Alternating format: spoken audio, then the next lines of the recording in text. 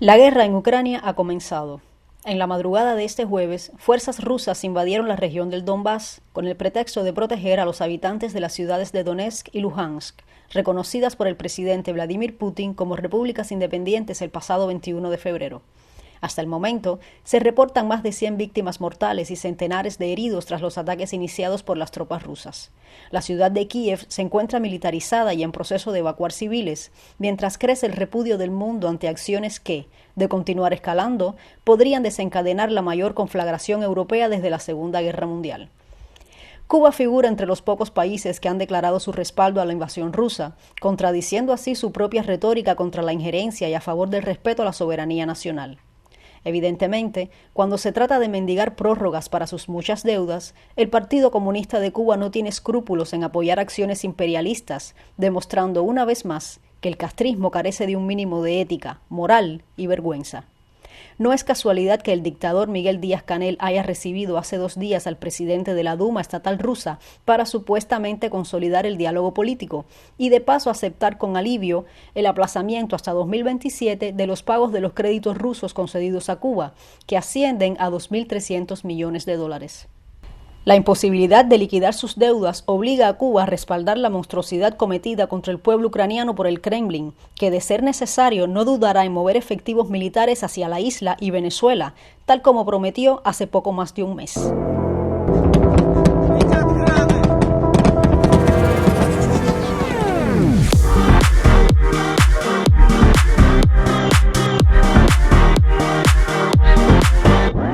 Pasando al acontecer nacional, esta semana ha sido noticia la protesta de cubanos frente al consulado de Costa Rica en La Habana para exigir el visado de tránsito que les permita hacer escala en esa nación centroamericana.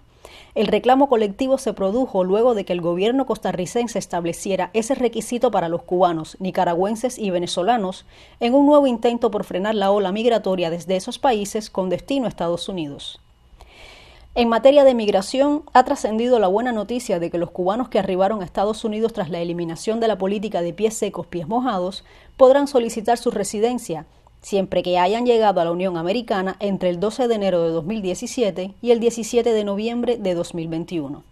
La medida, aprobada por el Servicio de Inmigración y Ciudadanía de Estados Unidos, beneficiará a muchas personas que se encuentran en un limbo migratorio, pero ahora tendrán la posibilidad de aplicar a la ley de ajuste cubano y solicitar su residencia.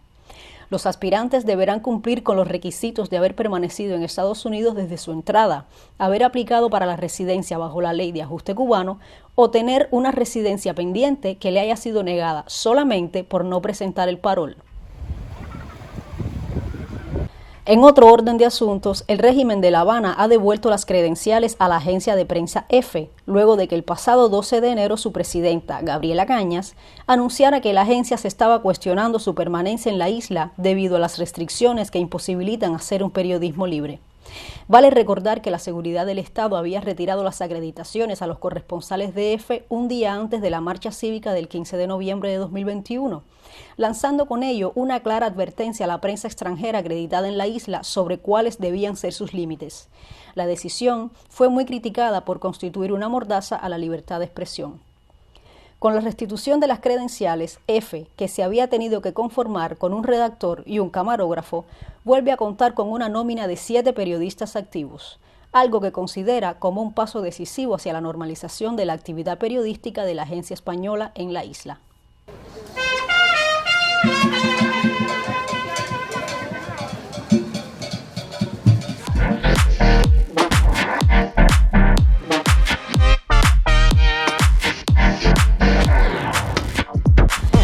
En materia de represión, esta semana han saltado las alarmas sobre el estado de salud del rapero Michael Osorbo, recluido en la cárcel de Kilo 5 en la provincia de Pinar del Río. Según denunció la periodista de Cubanet María Matienzo, el músico y miembro del movimiento San Isidro continúa con una inflamación de los ganglios linfáticos que aún no ha sido diagnosticada. Durante una conversación telefónica con la reportera, Michael Castillo admitió estar tomando pastillas, aunque no dijo cuáles, y reveló además que según el médico que lo atiende, el diagnóstico es de entre 6 meses y 1 año.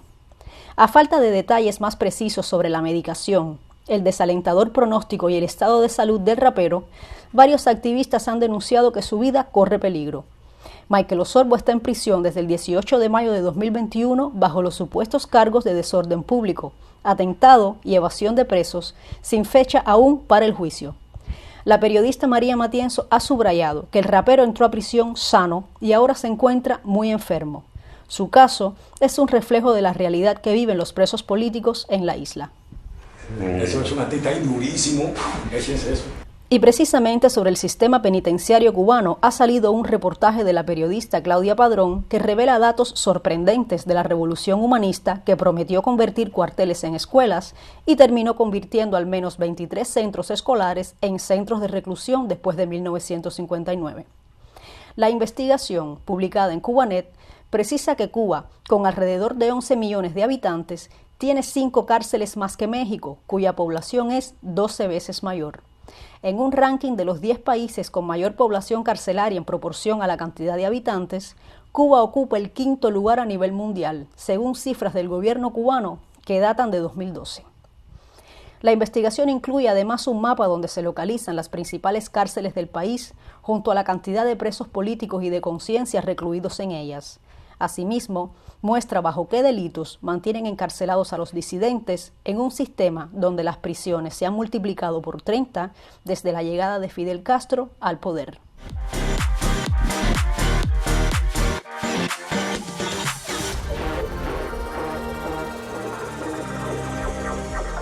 Ha sido un resumen semanal de las principales noticias publicadas en Cubanet. Visite nuestras plataformas para estar más y mejor informado sobre la realidad de Cuba.